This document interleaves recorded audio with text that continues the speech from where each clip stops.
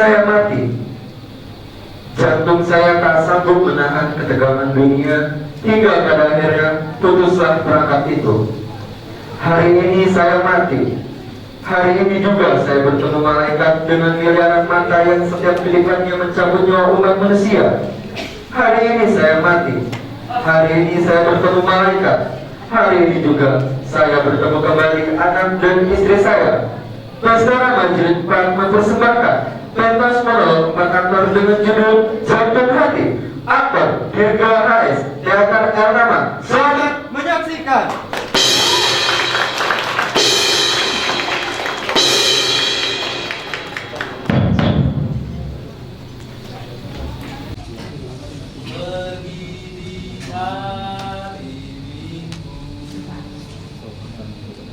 Bersama pacar baru, naik Vespa keliling kota, sampai di sakit jangan dicubit. Dan cita-cita kamu apa sih? Pilot. Aku memiliki cita-cita menjadi seorang malaikat. Tuh, memangnya ada syarat jadi seorang malaikat? Hah? Kesucian.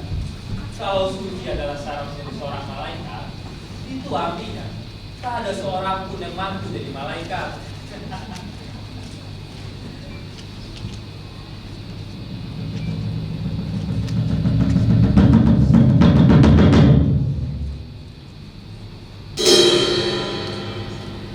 Pagi itu aku berpamitan dengan keluarga aku untuk berangkat kerja.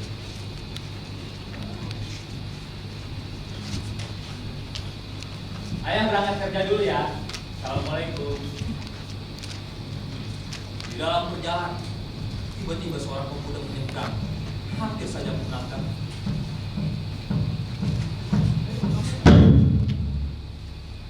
Jantungku lebih cepat. Aku putuskan untuk menenangkan diri sejenak. Tiba-tiba datang seorang warga menghampiriku. Ada apa, Pak? Kejar siapa? Pemuda tadi. Teroris. Dari kejauhan, aku melihat sebuah mobil mengeluarkan asap hitam pekat dengan api di sekujur tubuhnya.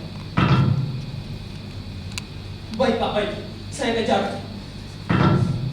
Di dalam perjalanan, suara kendaraanku berganti menjadi suara detak jantungku yang lambat laun. Semakin lama semakin cepat. Tubuhku diserang ketegangan. Tubuhku tak mampu lagi menerima ketegangan ini hingga putuslah perangkatku. Lalu aku terkulai di balik setir terbangkit-bangkit lagi.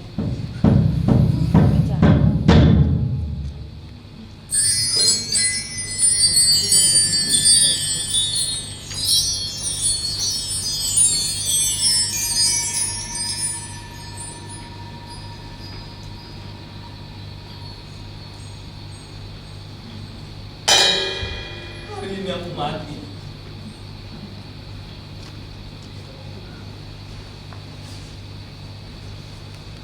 Baru saja aku sadar, aku telah berada di alam lain. Tubuhku beserta entah apa yang lain. Ada yang bersayap, lentur, melenting-lenting, cahaya, melayang. Lalu tiba-tiba muncul sekuntum malaikat di hadapan kami. Lalu kami menemui malaikat itu. Malaikat itu tubuhnya diselimuti mata yang bukan main banyak.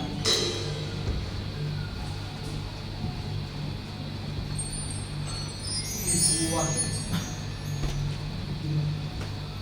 miliaran.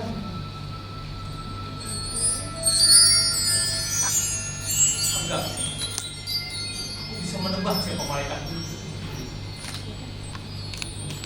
Dia adalah malaikat yang berhasil mencabut nyawa saya hari ini.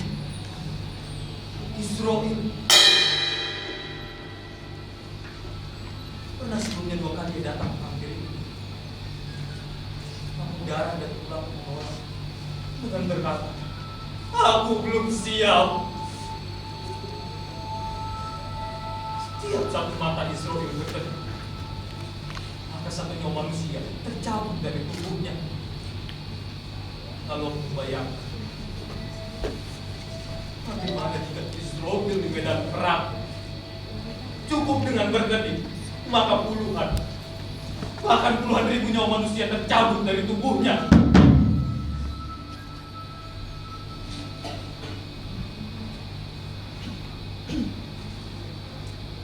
Aku ingat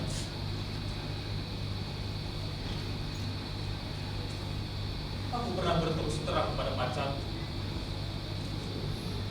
yang sekarang adalah istriku. Malam itu di atas motor, kami sedang menceritakan cita-cita kami. Naik Vespa keliling kota sampai Binaria. Aduh, sakit, jangan dicubit. Ya, cita-cita kamu apa sih? Pilot? Pilih. Aku memiliki cita-cita menjadi seorang malaikat. Loh, memangnya ada syarat menjadi seorang malaikat? Kesucian. Kalau suci adalah syarat menjadi seorang malaikat, itu artinya tak ada orang yang mampu jadi malaikat. Iya. Enggak. Aku tahu malaikat itu tidak kasat mata, tapi bukan berarti aku harus mati dulu untuk jadi malaikat. Aku paham. Iya, aku paham malaikat itu tidak kasat mata, sedangkan aku kasat mata. Tetapi bukan berarti aku harus menjadi tak terlihat dulu untuk bisa jadi malaikat. Kalau memang demikian, itu artinya tak ada orang yang mampu jadi malaikat.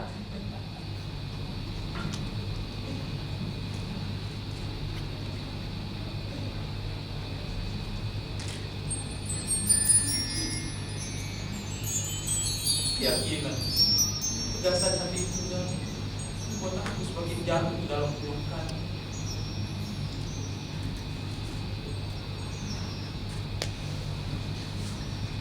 Menurut pakar politik, bom yang meledak ditujukan untuk menggoyahkan pemerintahan yang baru.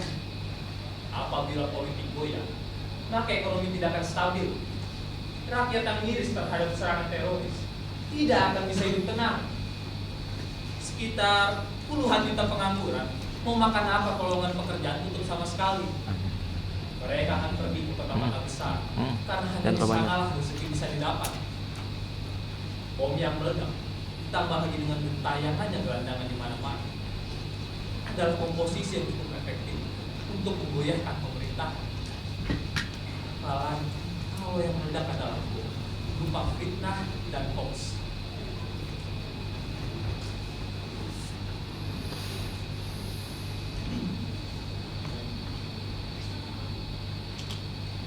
Mati bukanlah cita-cita saya. Siapa yang mau mati? Semua orang menginginkan hidup abadi. Aku yakin itu. Karena mati adalah jalan menuju pengadilan. Siapa yang mau diadili? Mereka yang selama hidupnya hidup di jalan yang lurus, tidak ingin diadili.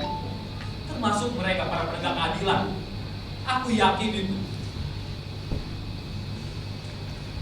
Mengapa Tuhan menggunakan istilah pengadilan? Oh, alangkah sengsaranya manusia jika di akhirat kelak harus diadili. Karena tidak ada yang bisa lolos dari pengadilan akhirat, meskipun punya orang dalam. Kenapa? Karena tak ada satu pun manusia yang terlepas dari dosa. Alangkah sengsaranya manusia.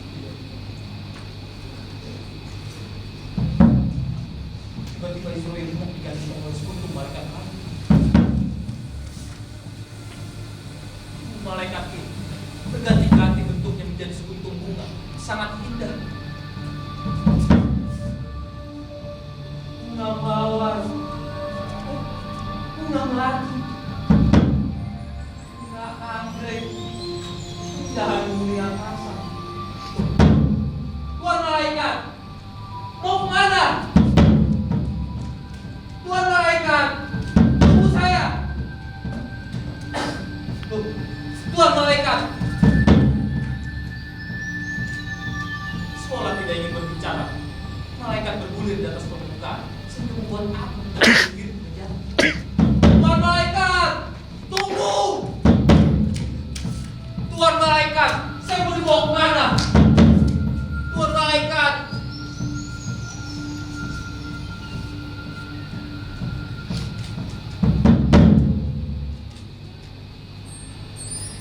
Tempat ini berkabut.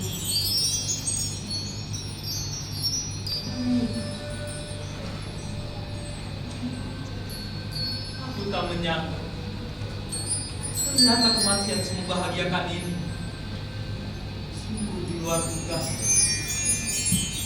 Kematian tak terbatas, luas bagai cakrawala. Mengapa harus ditangisi? Sungguh, ini salah tafsir terhadap kematian. Seharusnya tidak ditulis turut berduka cita sedalam-dalamnya kan? Melainkan turut bersukaria semeriah-meriahnya. Kenapa? Kenapa? Karena itu tadi mati membuat nafas jadi lebih lega. Beban di hati terunggah, beban hidup lenyap.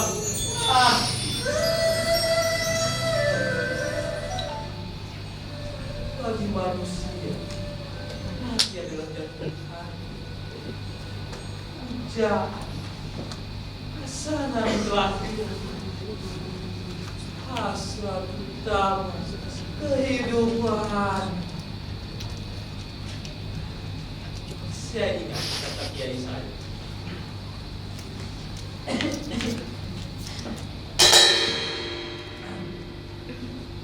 Serangan jantung adalah transformasi paling ampuh untuk transformasi. Setiap orang punya kendaraan tuh, kendaraan mati, kendaraan hidup, hanya pemisah jenis. Kapan kendaraan itu akan digunakan? Hanya masalah waktu. Orang sehat dianggap sakit ya karena semasa hidupnya hanya memikirkan kesehatan. Orang sakit dianggap sehat ya karena semasa hidupnya tidak peduli akan penyakit. Sehat sama saja dengan sakit. Begitu pun sebaliknya, sakit sama saja dengan sehat. Nah, ini lebih baik orang kadang-kadang sehat, kadang-kadang sakit. Di situ manusia baru tahu persoalan hidup. Apa benar begitu? Aku mati karena penyakit yang aku dan dokter tidak tahu. Mengapa bisa demikian? Karena segalanya bisa lolos di dunia. Bukan hanya penyakit saja. Bahkan penjahat kelas teri sampai dengan kelas kakap juga bisa lolos di dunia. Sebut saja beberapa tokoh dalam dunia perkorupsian yang masa tahanannya dipotong agar bisa cepat lolos, atau yang memotong-motong hasil korupsi untuk dihibahkan agar bisa lolos. Sama dalam halnya berpakaian. Setiap manusia memiliki pakaian kan? Kapan pakaian itu akan dilepas? Hanya masalah waktu. Tubuh digunakan sebagai pengukur pakaian. Tidak bisa tubuh yang satu menggunakan tubuh yang lain. Begitupun sebaliknya, pakaian satu yang menggunakan pakaian yang lain. Kalau hal itu sampai terjadi, akan terjadi kekacauan. Seperti kerasukan. Orang yang kerasukan tidak bisa mengontrol dirinya. Orang yang kerasukan tidak bisa lagi mengenali pakaian.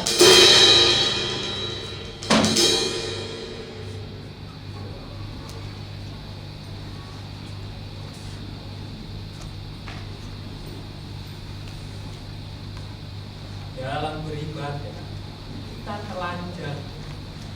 Begitu kata kiai saya.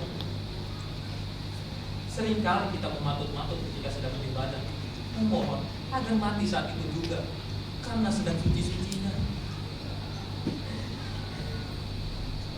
Mengapa orang-orang ingin berpikir keras perkara pakaian? Mengapa orang-orang tidak ingin berpikir keras perkara pakaian? Pakaian. Aku hanyalah manusia yang sudah mati. Tuan malaikat, tunggu! Tuan malaikat, tempat ini semakin berkabut. Tuan malaikat, saya mau dibawa kemana? Saya tidak akan dibawa ke neraka, kan? Siapa yang mau dibawa ke neraka? Saya tahu saya banyak dosa, tapi saya tidak ingin dibawa ke neraka. Saya tidak mau dicemplungi ke dalam neraka. Tuan malaikat, tunggu saya. Tuan malaikat, saya ingat ketika saya sedang bermain di pantai Karangpulung bersama anak-anak saya. Dari kejauhan, kamu melihat gunung Krakatau mengeluarkan asap hitam pekat, persis seperti orang yang sedang merokok. Tuan malaikat, tunggu saya.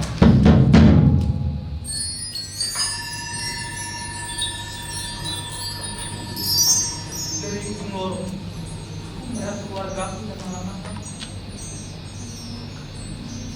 Anak-anaknya, istriku.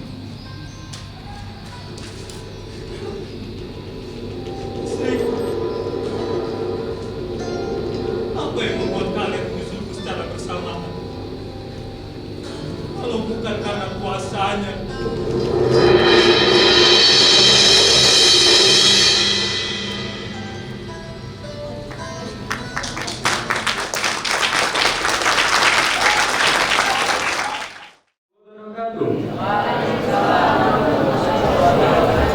Salam bahasa, salam sastra, salam budaya. Selamat malam, selamat datang di pementasan drama PBSI dan pentas monolog Protraktor. Pementasan kali ini merupakan bagian dari rangkaian Pesta Rama, Pekan Apresiasi Sastra dan Drama Jilid 4 dengan tema Napak Tilas Danarto.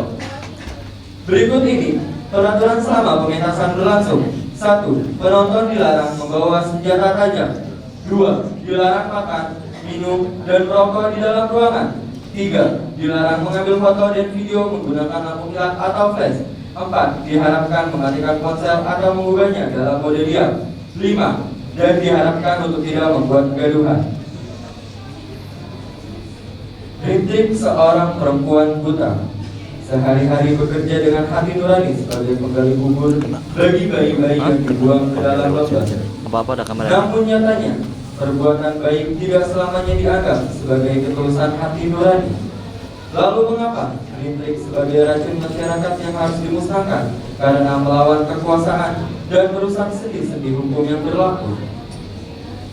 Pesta Rama Jilid 4 mempersembahkan pementasan drama PBSI dengan lakon Rintik, naskah karya Ahmad Eko Khatib, adaptasi dari cerpen Rintik karya Danarto. Selamat menyaksikan.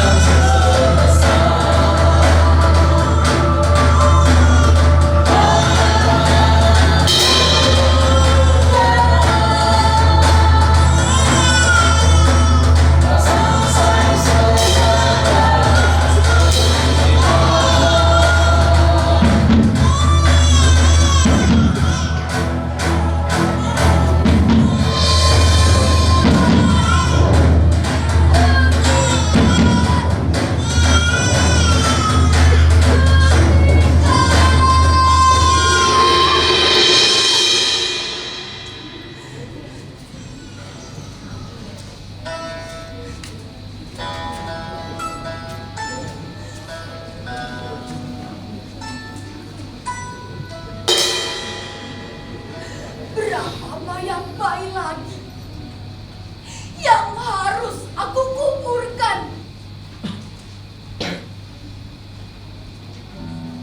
10, 20, 30.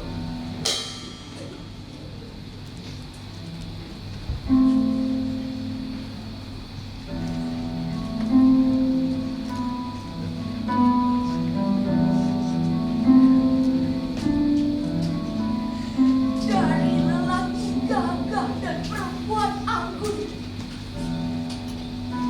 engkau dilemparkan.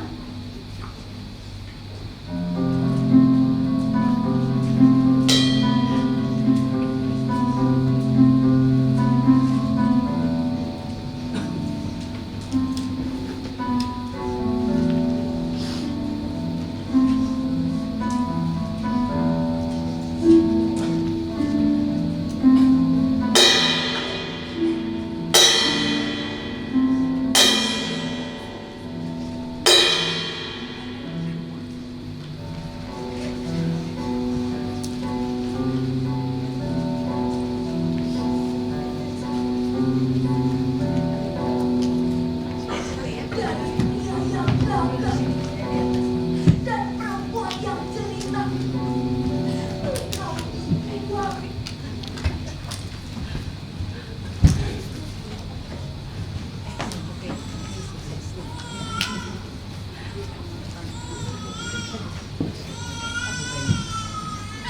Marilah, menangislah di haribaanku saja.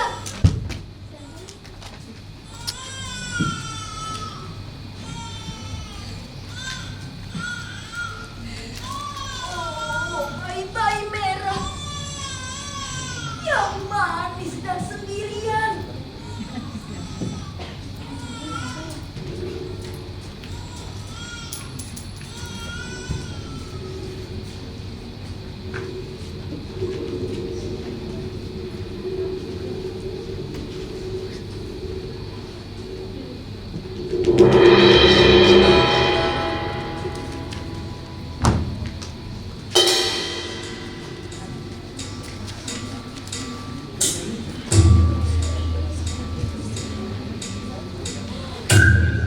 Wow!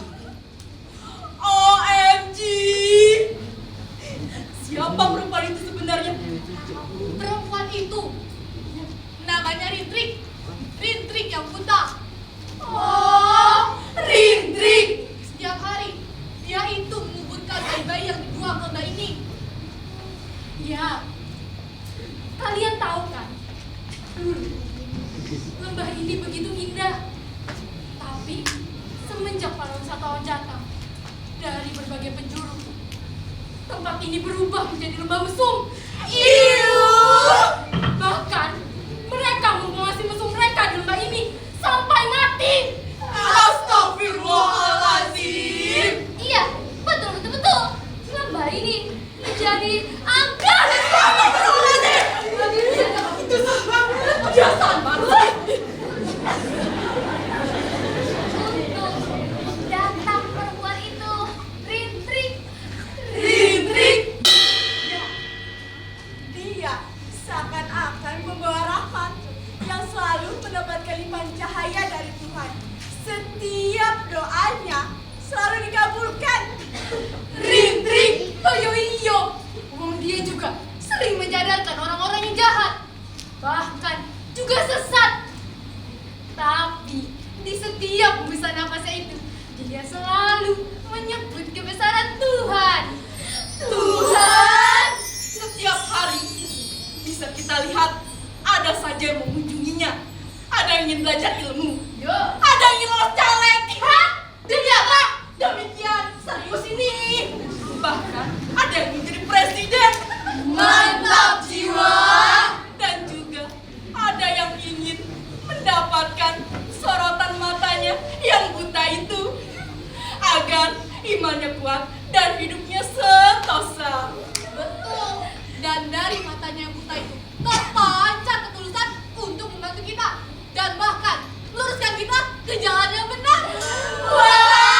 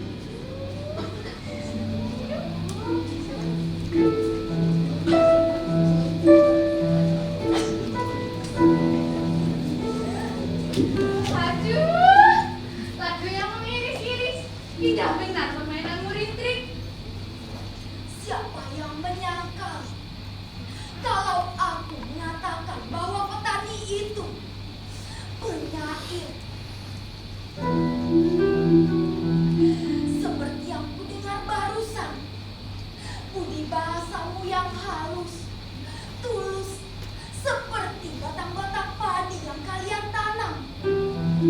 Penyair. Kalian tahu apa penyair itu? Aku nggak tahu. Itu loh yang suka ada di panggung kampanye. Apa salah dan dosa saya, cinta suci kau buang-buang, jurus yang kan ku berikan. Jangan goyang, jangan goyang. Kentir, itu namanya penyanyi. Goblok.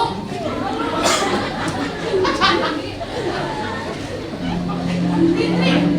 Lalu apa penyair itu? Orang yang berbudi baik biasanya tidak tahu kalau dia berbudi baik. Oh, begitu. Kalau boleh saya bertanya, sebenarnya engkau siapa, Rindri? Aku bukan manusia. Jangan-jangan genderuwo. Santala ya. Ih, bos. Yang ada minyak sama minyak. Enggak, bukan. Manusia bukan dan hantu juga bukan. Jadi, kalau begitu, kau apa, Rintrik? Aku ini sebuah benda mati. Benda mati? Ya.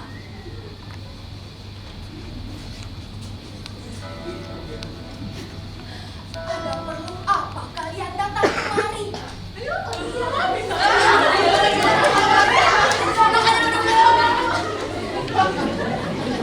Akhirnya Rintrik, kami datang ke sini untuk menemuimu. Kami ingin mengucapkan terima kasih atas kebaikanmu, Rintrik. Ya, Rindrik. Dan ini ada sekali bingkisan dari kami, Rindrik.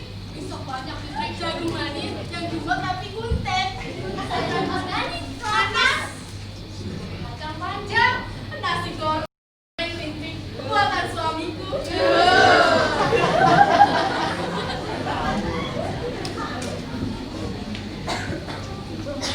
Dengan perasaan haru, aku terpaksa menolak pemberian kalian. Kalau kalian bersusah payah dengan bingkisan-bingkisan ini untukku, berarti aku bukan penolongmu, tetapi aku menyusahkanmu.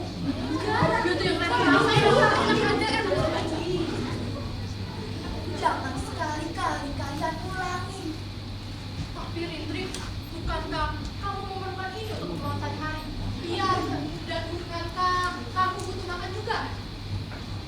Masa kalian tidak tahu apa yang harus dimakan oleh benda mati, kecuali tidak ada?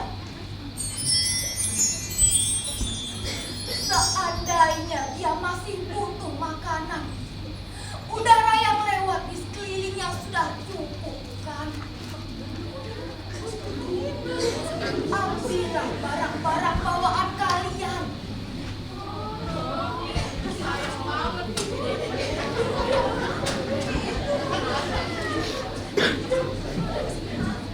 Pulanglah kalian dan bawa serta semua ini.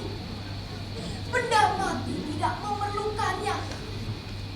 Rintrik. Karena semua di kota Papua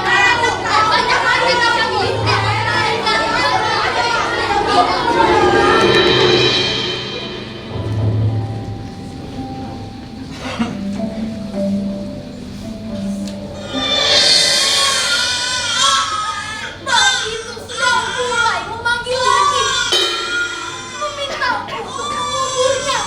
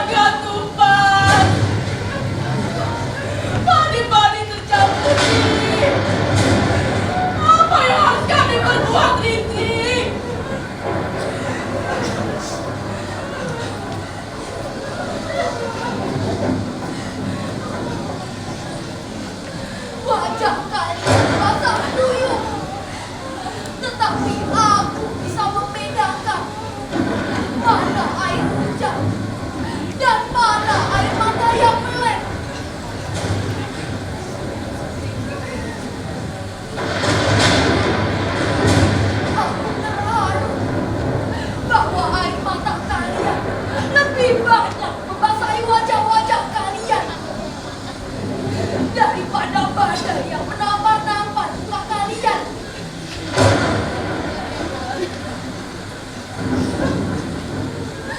Aku ikut bersedih. Rintrik, lihatlah, malapetaka menimpa kami. Tolong kami, Rintrik. Aku melihat dengan jelas malapetaka itu. Apa yang mesti kami berbuat, Rintrik? Sabar. Sabar. Ya, sabar. Mestikah kami sabar, Rintrik? Sedangkan jiwa harta sudah lenyap. Mestikah kalian gegabah? Sedang jiwa harta sudah habis.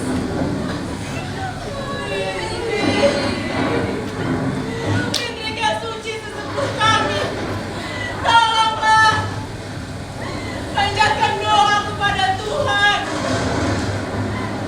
Ampuni dosa-dosa kami, kembalikan kepada kami yang telah lenyap, serta hentikan pada ini Rintrik.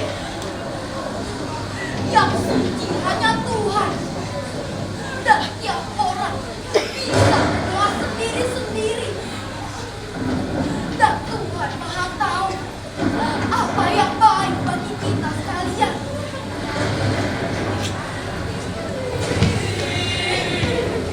Rintrik sudah diselamatkan kami oleh Tuhan. Kita sekalian ini ada di dalam tubuh Tuhan. Tidak mungkin kita ditinggalkan atau kita lari daripadanya. Tapi Tuhan tidak adil, Rintrik. Kami yang miskin dan sederhana ini mesti juga dihukum. Sementara mereka, orang-orang kaya yang mendapatkan hartanya dengan tidak halal, tidak dikenal apa-apa. Mestikah aku bilang juga bahwa Tuhan tidak adil? Karena dirinya aku mata buta dan bukan mata melek seperti kalian.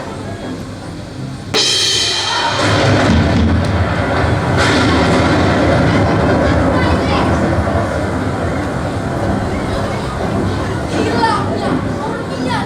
Apakah kemudian itu, Rintrik?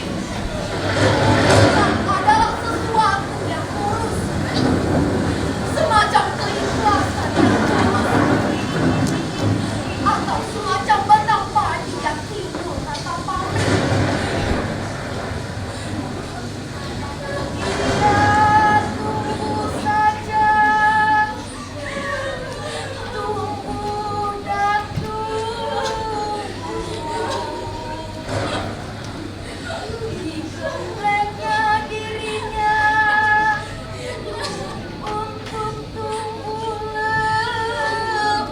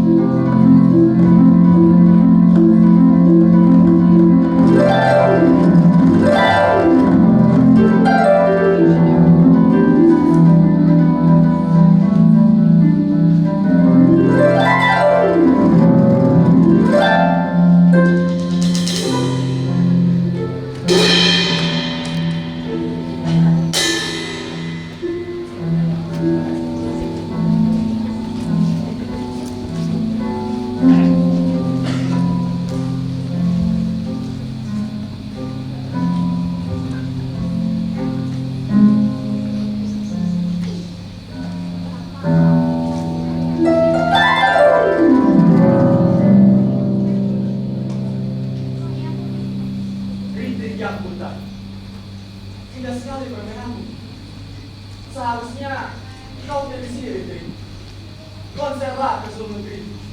Konser. Tempatmu bukan di sini. Di sini terlalu kecil bagimu. Andainya kau milik dunia, mereka semua akan kaku. Kamu dengan permainanmu.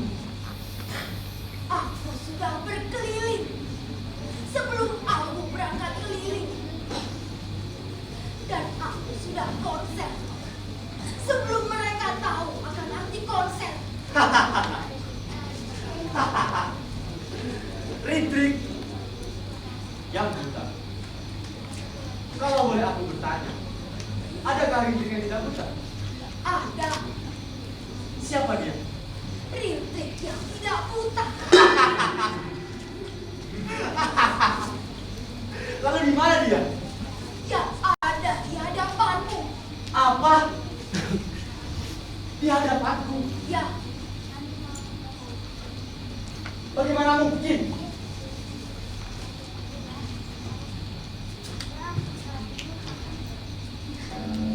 segalanya mungkin. Buta dan melek sama saja.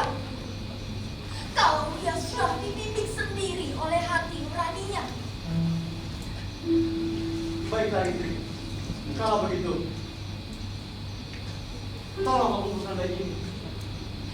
Engkau tidak berhak atasnya.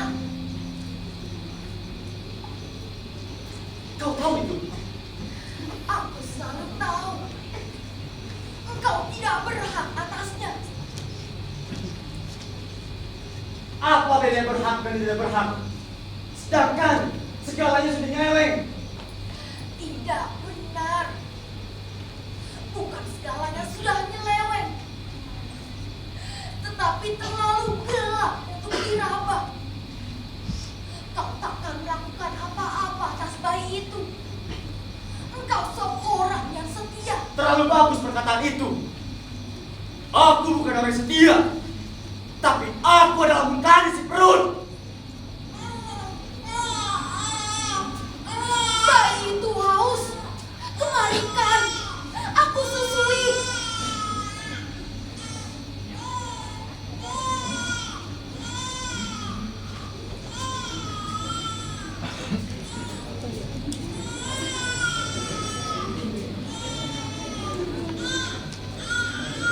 Ritrik, kau masih sanggup menyusui? Masih. Benar. Kau tidak makan apa-apa. Lalu dari mana kau bikin susu? Dari sana kita hidup. Dari menit ke menit. Bukan dari nasi atau segala makanan. Kau seorang ibu yang lembut, Ritrik. Berapa anakmu? Aku tidak beranak dan tidak diperanakan. Dari sabdaku lahir, aku bukan manusia. Namaku benda mati, atau debu, atau batu tak bernyawa, tak berbau. Dan manakala perjalananku sampai di jantungnya, disitulah aku menyatu. Aku lenyap. Alam semesta lenyap. Seluruhnya diserap lenyap. Cukup! Aku muak mendengarnya. Ada seorang laki-laki dan perempuan bertemu. Mereka saling jatuh cinta. Mereka terus hidup bersama. Dan lahirlah seorang bayi. Tapi laki-laki itu tidak setia. Perempuan itu juga tidak setia atas bayi lahirkannya. Ia lari juga. Akulah bayi itu. Aku bukan manusia. Aku nista. Ya, aku adalah kenistaan itu sendiri. Seperti roti yang dibuang ke jalan aspal yang panas, rapuh satu-satu. kering dan diterbangkan angin, lalu pudar. Tersebarlah kemana-mana, terbelah-belah semacam jasad yang ditinggalkan nyawanya. Tapi ia masih menggapai-gapai mau hidup, sedang ia tahu ia tidak kekal. Oh, setetes yang hina, hingga bila kau terlepas di semak-semak, maka tak seorang pun akan melihatmu. Tidak juga kau, Tuhan. Tidak. Kukutuk segala manusia. Kukutuk seluruh alam semesta. Kukutuk setan, nabi, dan segala kitab suci. Kukutuk kau, Tuhan. Biarlah orang lain mengakuimu, sedangkan aku tidak. Tidak. Biarlah orang lain mengakuimu, aku tidak. Tidak. Sedang engkau di dalamnya. Tidak. Aku tidak di dalamnya. Aku di luarnya. Akulah yang berdiri sendiri. Akulah anak hilang yang menyangga lukaku sendiri. Sekarang aku mengembara mana pun aku suka. Pemuda! Pemuda! Pemuda! Di mana anakku? Di mana kau sembunyikan anakku? Jawab, pemuda! Jawab! Diam!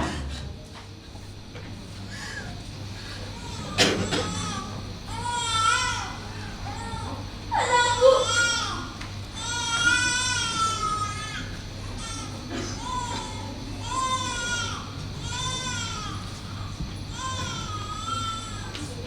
Kau bajingan! Tidak apa-apa, anakku. Dia tidak apa-apa. Engkau? Engkau Ritrik buta penggaliku berbayi-bayi yang terkenal itu. Aku bukan Ritrik buta atau Ritrik yang tidak buta. Apalah artinya nama kalau ia tak mampu mendukung harkat kemanusiaannya. Ritrik, aku mengucapkan terima kasih atas kasih sayangmu pada bayiku. Jangan berlebihan. Justru aku yang seharusnya berterima kasih padamu. Karena bayimu lah aku bisa mengenalnya walaupun sekali saja. Kasih sayang antara seorang ibu dengan seorang bayi yang sebelumnya aku belum pernah merasakannya. Aku mengira sudah dibunuhnya. Tidak. Dia tidak bisa membunuhnya. Aku bisa sekali membunuhnya. Kali ini tak mungkin jatuh ke tanganmu lagi. Siapa saja bisa jatuh ke tanganku. Karena aku adalah orang yang berdiri di luar dan kusorongkan tanganku ke dalam. Lantas, apa yang bisa kugapai akan kugenggam erat dan kuremukkan. Tidak mungkin. Engkau tahu tidak mungkin. Aku ini cinta padamu. Cinta yang tulus. Tapi ternyata aku bukan gadis pilihanmu. Engkau menghendaki suatu percintaan yang abadi. Ritrik, dengarkanlah. Dia menghendaki suatu percintaan yang abadi. Dipandangnya aku sebagai boneka yang gampang patah. Hingga diambilnya keputusan untuk tidak menyentuhku. Katanya tak hingga memungkinkan menghancurkan keabadian impiannya. Rintrik, dia pandang aku lama-lama sebagai dewi impian. Katanya aku gadis murni, dan kemurnian itu harus dijaga sepanjang masa. Juga terhadap maut pun, ia sanggup memeranginya. Rintrik, apa keputusanku? Bisa macam percintaan ini kulakukan? Ide itu terlalu suci untukku. Aku ngeri, Rintrik, dan aku lari. Dan kau menyerati. Bagaimana mungkin hal itu tidak terjadi? Aku hanya gadis biasa, dan kepada dosa pun aku bersahabat.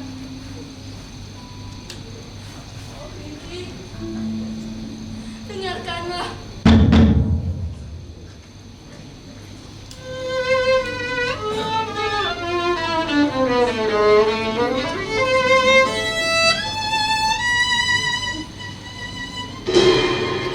Pada suatu malam, ayahku habis berburu. Kemudian dia mengetuk pintu kamarku. Dan kubukakan. Ayah! Dengan girang dipeluknya aku dan diceritakannya bahwa ia berhasil menangkap seekor kancil yang masih hidup. Aku girang sekali. Ku cium ayah pada pipinya sebagai ucapan terima kasih.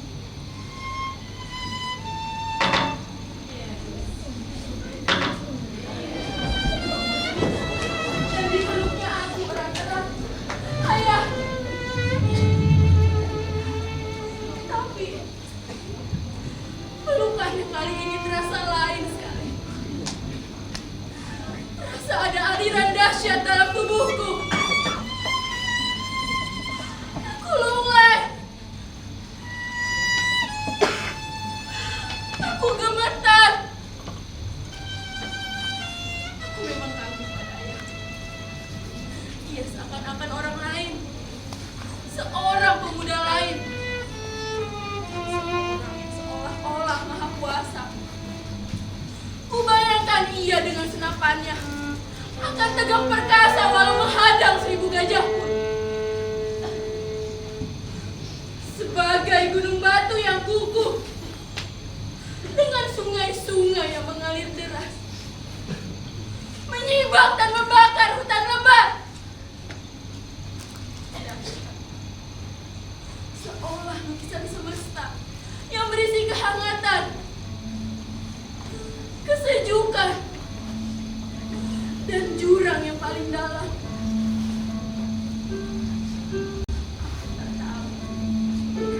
Tak tahu, sama sekali tak tahu. Bukankah aku kemurnian yang tak pandai menolak atau menyetujui? Dan dari dirinya aku mendapatkan segalanya. Cukup. Aku muak dengarnya. Dan kau sekarang berjingkap-jingkap dengan bayimu itu. Tanpa malu. Kau ceritakan itu semua di depan orang asing. Bukankah aku kemurnian? Ia juga tak dibekali rasa tahu malu.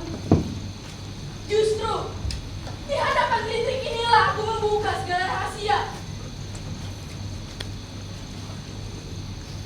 Rintrik orang yang baik. Dari dirinya terpancar keagungan.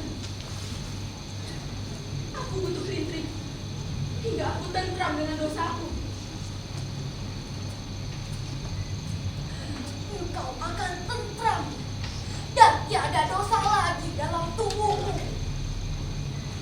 Orang yang kuat perkasa adalah orang yang mengakui keterbatasannya.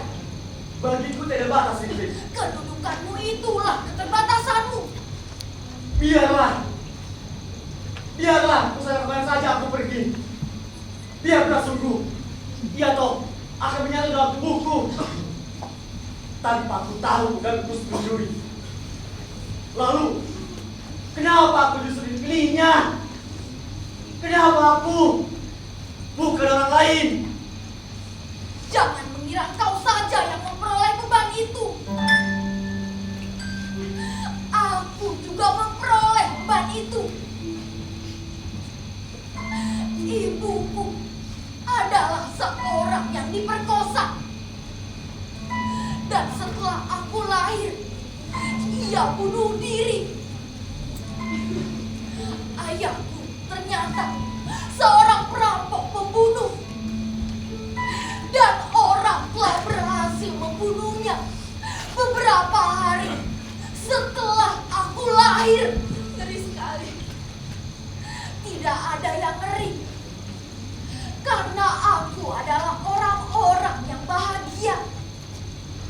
Bahagia dengan apa adaku dan kedudukanku. Akhirnya! Mampus kau! Ayah, Kasihku, engkau dan bayimu selamat.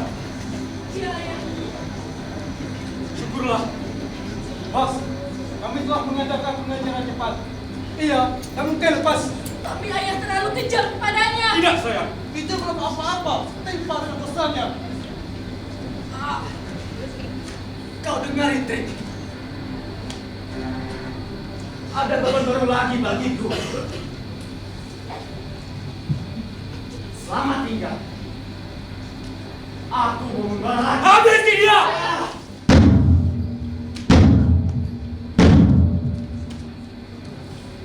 Singkirkan dia. Siap.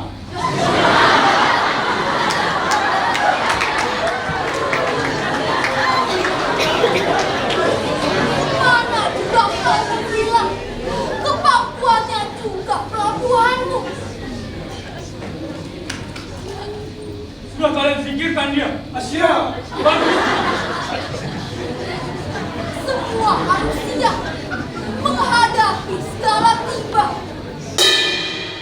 Siapa perempuan itu? Inilah Rintrik yang buta. Jadi, engkau yang namanya Rintrik. Bukan. Aku bukan Rintrik buta. Akulah Tuhan. Tuhan!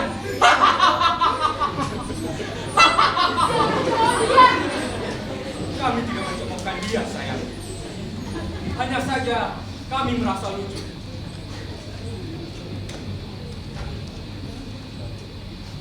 Baiklah, Rintrik. Perkenalkan, aku sang pemburu.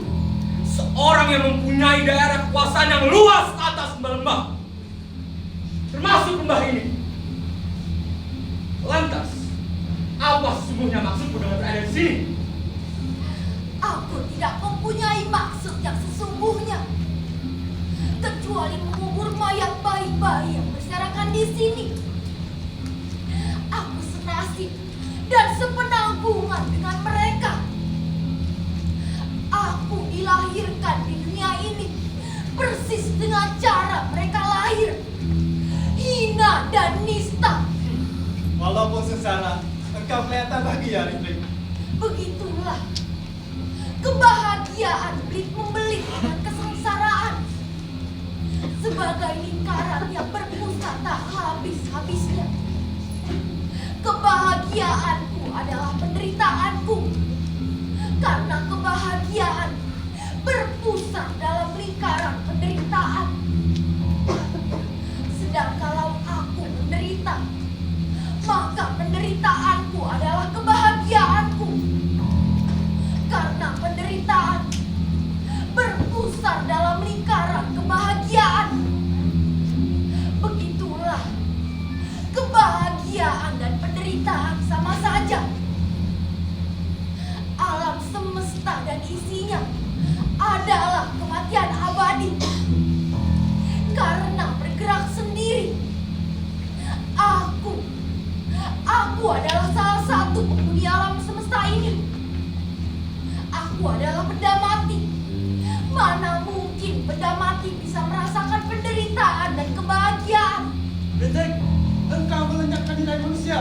dan menunjukkan mereka setingkat dengan benda mati. Justru aku mengangkat dan menunjukkan nilai manusia yang sebenarnya lebih tinggi dari apa yang diketahui sekarang. Ini sesungguhnya semacam lagu kecil penguburan yang selalu mengingatkan kita sekalian akan maut, alam baka, dan Tuhan.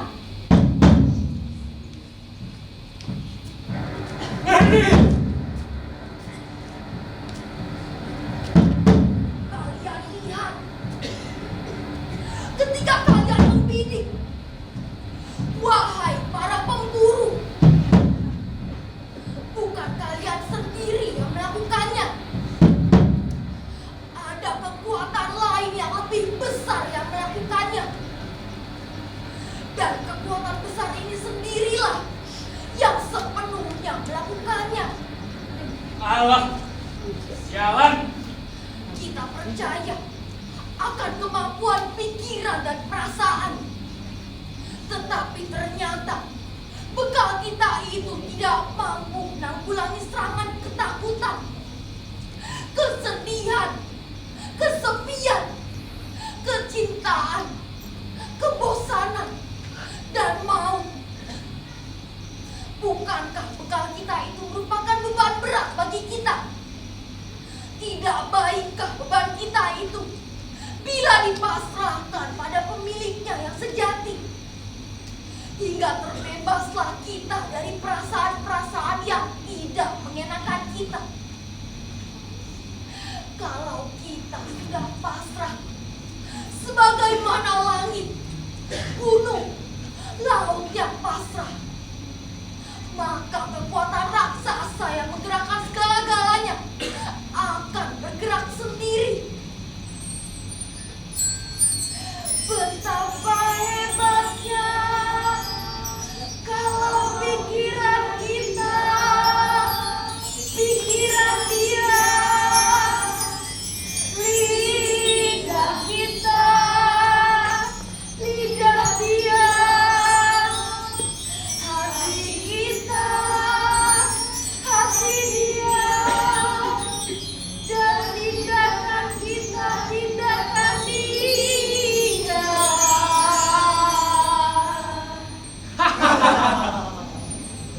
Sekarang aku baru percaya omongan orang. Mengapa mereka mempertahankan kau, Hendrik? Baiklah Tuhan, Engkau memang maha kuasa tentunya. Tapi engkau berada dalam daerah kekuasaanku. Engkau harus tunduk kepadaku. Akulah sang pemburu yang maha kuasa yang sebenarnya. Kalau memang demikian, mengapa tidak kau cegah saja segala pembuangan bayi-bayi di lembah kekuasaanmu? Itu sesukaku. Aku bisa berbuat apa saja di lembahku sendiri. Karena kau disogok. Iya, tidak benar, wahai tikus yang kedinginan. Selesai! Lembutlah sedikit kepadanya. Dia orang suci. Alangkah maha sucinya aku. Hanya Tuhan yang maha suci. Maha suci dari apakah dia? Adakah aib padanya hingga kau menyucikan dia? Seret dia keluar dari ikan. Siap. Aku membutuhkan dia. Orang lain membutuhkan dia. Kita semua membutuhkan dia. Kau diam saja. Kau tidak tahu apa-apa. Benarkah? Iya.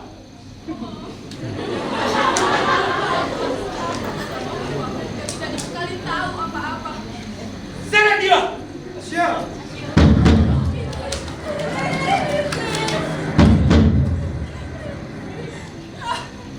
Lihatlah wahai para petani kawan-kawanku. Inilah yang saya katakan dulu akan hilangnya kemurnian. Apa salahmu, Ritrik? Mengapa kau diikat ikatan di sana seperti ini? Saya sendiri tidak tahu. Sang pemburu yang bisa melihat kesalahan saya. Memang akulah yang maha kuasa. Dan aku lihat dia telah menegakkan sisi hukum yang benar, yang sudah merata dianut oleh seluruh jagat. Sudah lama ketahui ia meracuni masyarakat. Dan sudah lama ku incar dia karena dia mengacaukan suasana. Dan sudah lama pula ku dengar kata-katanya yang berbahaya bagi rohani. Seorang antisosial ateis. Kalian dengar semua tuduhan atas diriku, kawan-kawanku.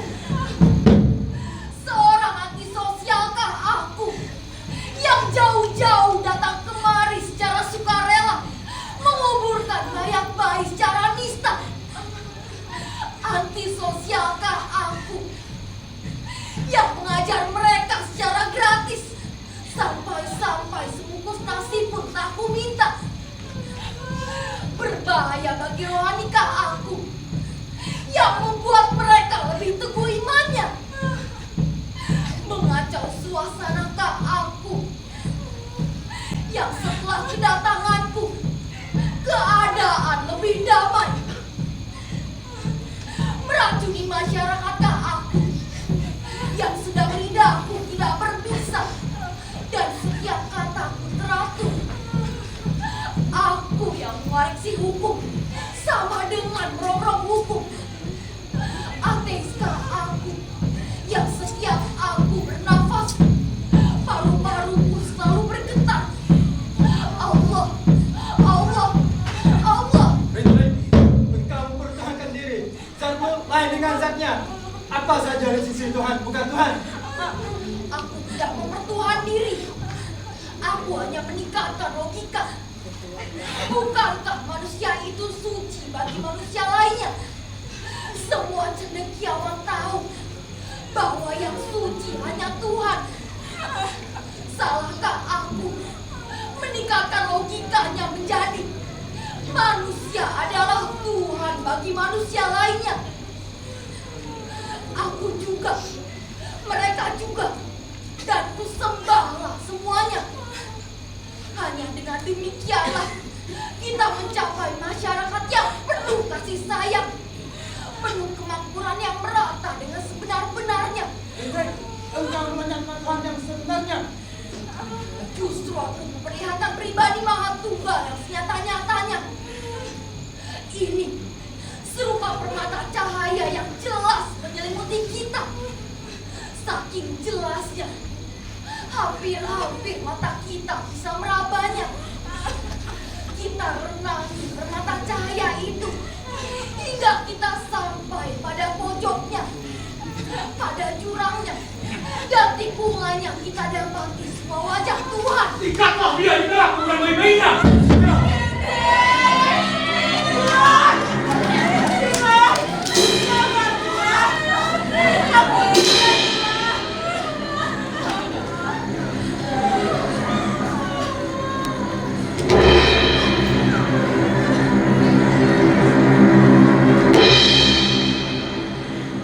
Kalau aku telah pergi, berarti kau akan lebih leluasa memproduksi bayi-bayi pemburu. Itu sesukaku. Bukankah aku yang maha kuasa? Dan ada seorang pun yang sanggup menghalangi sanggup. Orang-orang pandai selalu menjorak ke tembok untuk diajak bertimbang. Dan Tuhan terlalu tinggi untuk diajak berembuk. Dan pribadiku naik dan sekaliannya kuleburkan di bawah tapak kakiku.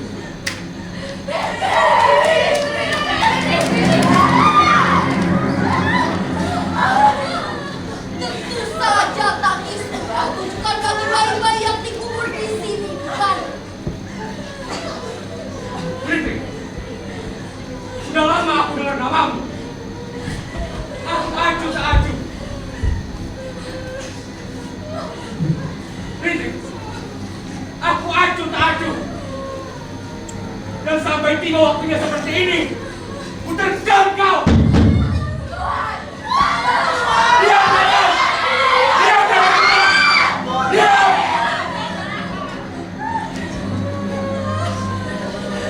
Engkau laksana air terjun yang selalu mengoyangiku. Tidur dan jagaku kau benangi aku. Aku takut. Aku takut untuk beranjak sedikit pun dari meja tulisku. Aku takut melayang-layang. Rintrik, sesuatu yang tegas, atau seluruhnya akan berantakan. Dan engkau selalu membuka tabir, di mana aku bisa melihat gambar yang sangat mengerikan. Aku takut kau mengajakku pada perjalanan yang bukan-bukan. Para pemburu, laksanakan!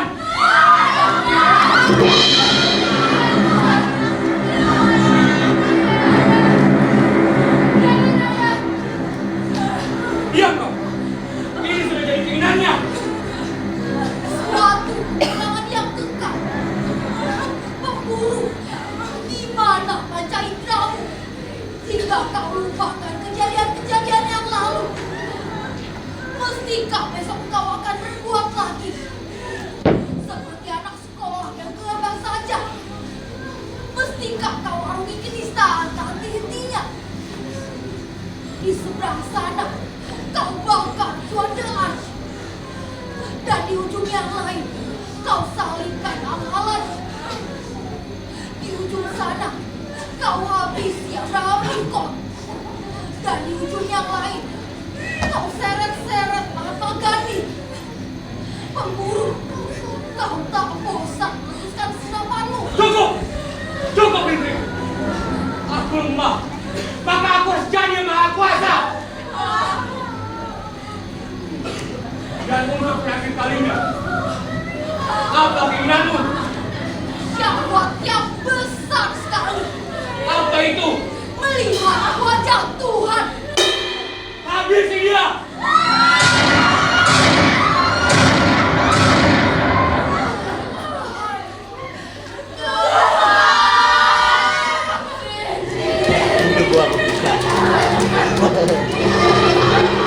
Tiada mereka! Sebagai pelajaran bagi yang lain.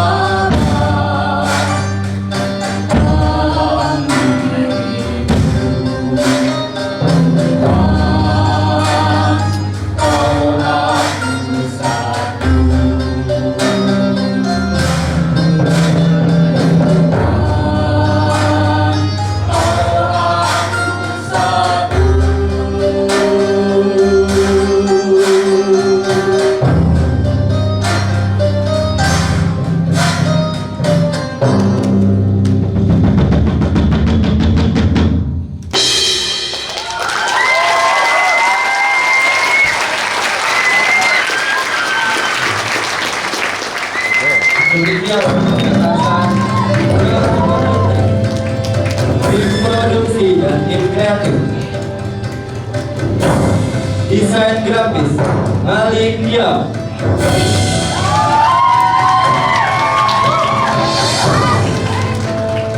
tim rias Salvada Stasya, Aida Rahma, Dwi Rosyana Hanifah,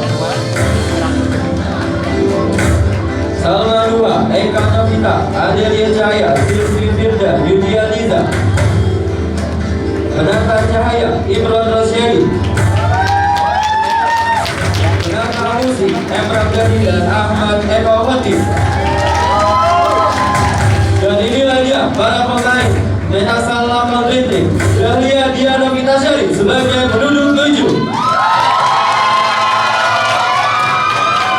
Priscilla sebagai penduduk 6.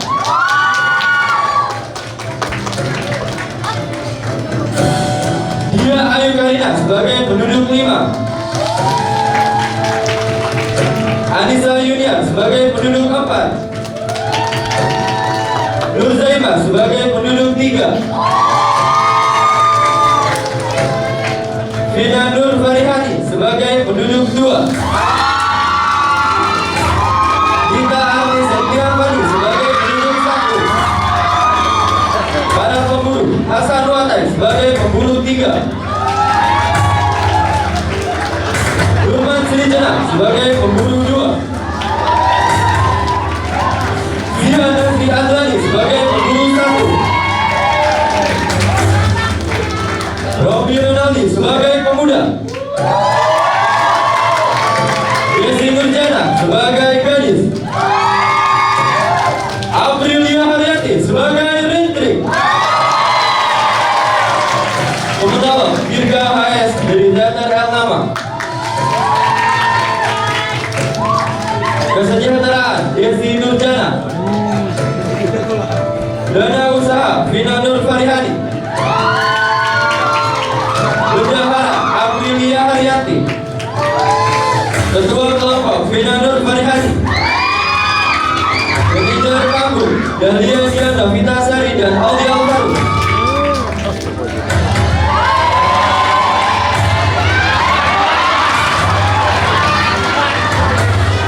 Penata rias Anissa Yuniar. Penata kostum Dia Ayu Karina.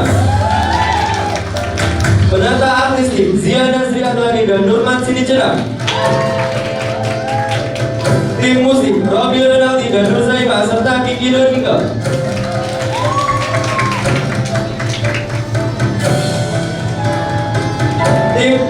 Tim penata cahaya Robi Ronaldi dan Nur Zaima.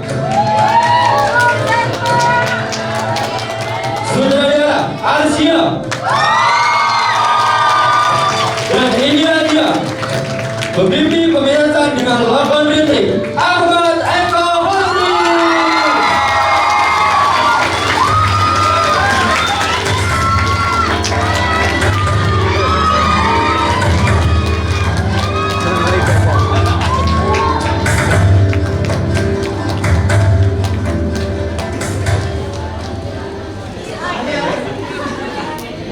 Rintrik,